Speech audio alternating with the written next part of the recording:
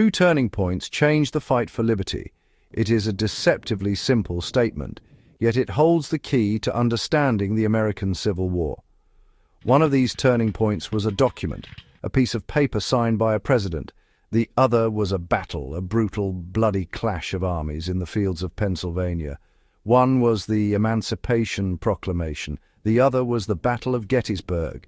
Both of these pivotal moments occurred in the year 1863, and in their convergence they altered the war, the definition of freedom, and the soul of a nation. They transformed a conflict about preserving a political union into a revolutionary struggle for human liberation. To grasp their importance, we must ask a fundamental question. How did these two events, one a legal decree and the other a military engagement, work together to change everything? It was not merely a coincidence of timing.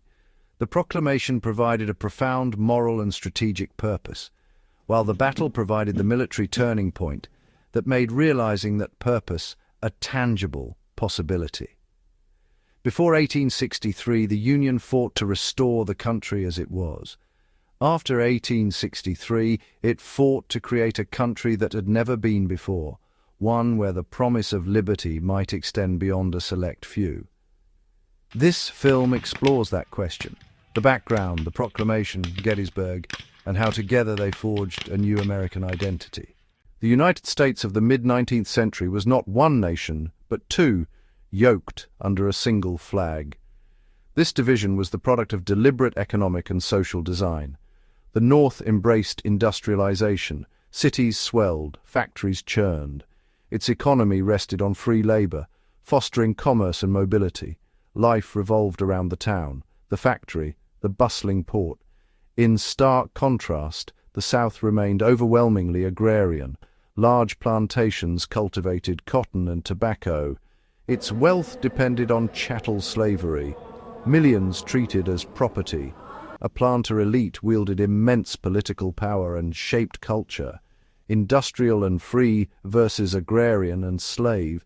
These paths were bound to clash. Compromises patched the Union, but never cured the wound. With Lincoln's election, Southern states saw no future within the Union. When shots were fired at Fort Sumter, Lincoln's aim was clear: preserve the Union. Secession was an illegal rebellion. Restoring federal authority was his duty. The war began as a conservative effort to rejoin what was broken. Early on, slavery was pushed to the background for political survival. Border slave states loyal to the Union had to be kept from secession. Lincoln maintained a broad coalition focused on saving the nation. Many enlisted to defend the flag and Constitution, not yet to end slavery. Racism and fears of change tempered support for emancipation. As losses mounted, preserving the old Union no longer seemed enough. Slave labor fed the Confederate war machine: food, works, production. To win, the Union would have to strike at slavery itself. A war to save the old Union was becoming a war to create a new one. On the first day of January, 1863, Lincoln issued the Emancipation Proclamation. It was the culmination of calculation, pressure, and conviction. The document was a precise military order. It declared enslaved people in rebelling states forever free. Invoking war powers, it struck at the Confederacy's resources. It exempted loyal border states and Union-held areas by design. Critics scoffed, but missed its strategic and moral genius. Framed as military necessity, it stood on firmer constitutional ground. It transformed the purpose of the war into a fight for liberation. Abroad, it recast the conflict and blunted prospects of Confederate recognition. It authorized black enlistment. Nearly 200,000 would serve with courage. More than words, it was a weapon of war and a promise of a new future. 6 months later, an equally decisive turning point arrived: Gettysburg. Riding success, Lee invaded the North to supply, relieve, and break Union will. The armies collided at Gettysburg on July 1st, 1863. Skirmish became cataclysm.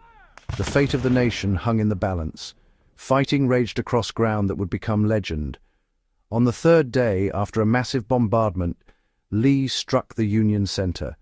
12,500 men marched into withering fire. Pickett's charge.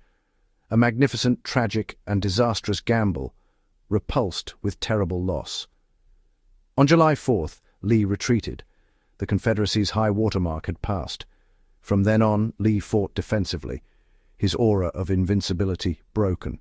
The Union line held, bent, not shattered, securing a vital victory. Gettysburg changed the course of the war. Distinct yet intertwined, the Proclamation and Gettysburg worked together. The Proclamation provided the why, Gettysburg proved the how. A decree is paper without arms. Gettysburg supplied the force. Together they reshaped morale across both sections. Vicksburg fell as Lee retreated. Suddenly, victory felt plausible. The war now had a dual purpose: preserve the nation and destroy slavery. Defeat at Gettysburg and flight to Union lines corroded Confederate capacity. Openly tied to slavery, the Confederacy became a pariah abroad. Black soldiers brought manpower and moral clarity to the Union ranks. Service under fire argued powerfully for future citizenship. Lincoln's pen opened the door. Union steel kept it open. Pen and sword together forged a path to freedom. In November 1863, a national cemetery was dedicated at Gettysburg. Here stands Lincoln, moments before speaking. In just over 2 minutes, he tied sacrifice to purpose. He invoked the founding, conceived in liberty, dedicated to equality. He cast the war as a test of whether such a nation could endure. The fallen had consecrated the ground by their struggle. The living must resolve they shall not have died in vain. He called for a new birth of freedom, not restoration, but renewal. Government of the people, by the people, for the people, enduring. Gettysburg cost over 51,000 casualties in 3 days. The proclamation became a beacon. Freedom seized wherever Union arms advanced. The moral weight of the proclamation and the military reality of Gettysburg were two sides of the same coin. In the vast history of the Civil War, 1863 stands apart. The proclamation provided the framework, Gettysburg provided validation. Together, they began to seal the Confederacy's fate. Though war continued, the outcome was no longer in serious doubt. The Union held the moral high ground, the diplomatic advantage, and strategic initiative. The proclamation led directly to the 13th Amendment abolishing slavery. Black military service argued powerfully for citizenship and rights.